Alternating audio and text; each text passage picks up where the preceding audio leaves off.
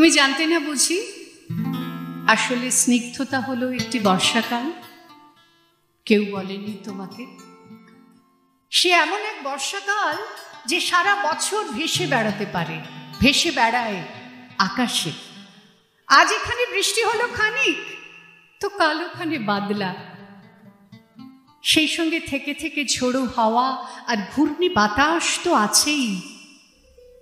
আমি চোখ বন্ধ করলেই দেখতে পাই যে বৃষ্টি শুরু হলো অমনি বাচ্চারা সব হাত ছাড়িয়ে ছুট লাগালো মাঠে ঘাটে। আর মাটির দেয়াল ও টিউবওয়েলের সামনে দাঁড়িয়ে গাঁয়ের বউরা খাল থেকে বিল থেকে তাদের হাঁসগুলোকে ডাকতে লাগলো, চই চই চই চই চই চই।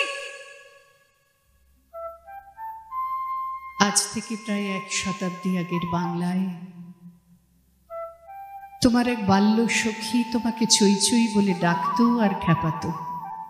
তোমার মনে পড়ছে কি?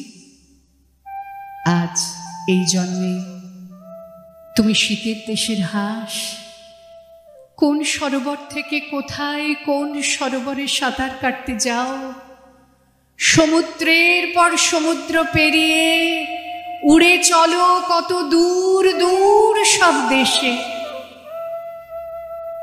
কিন্তু এবার এই জন্মেও একজন তোমাকে তোমার সেই 100 বছর আগেকার ডাক নাম ধরে ডাকছে, একেবারে নিঃশব্দে ডাকছে,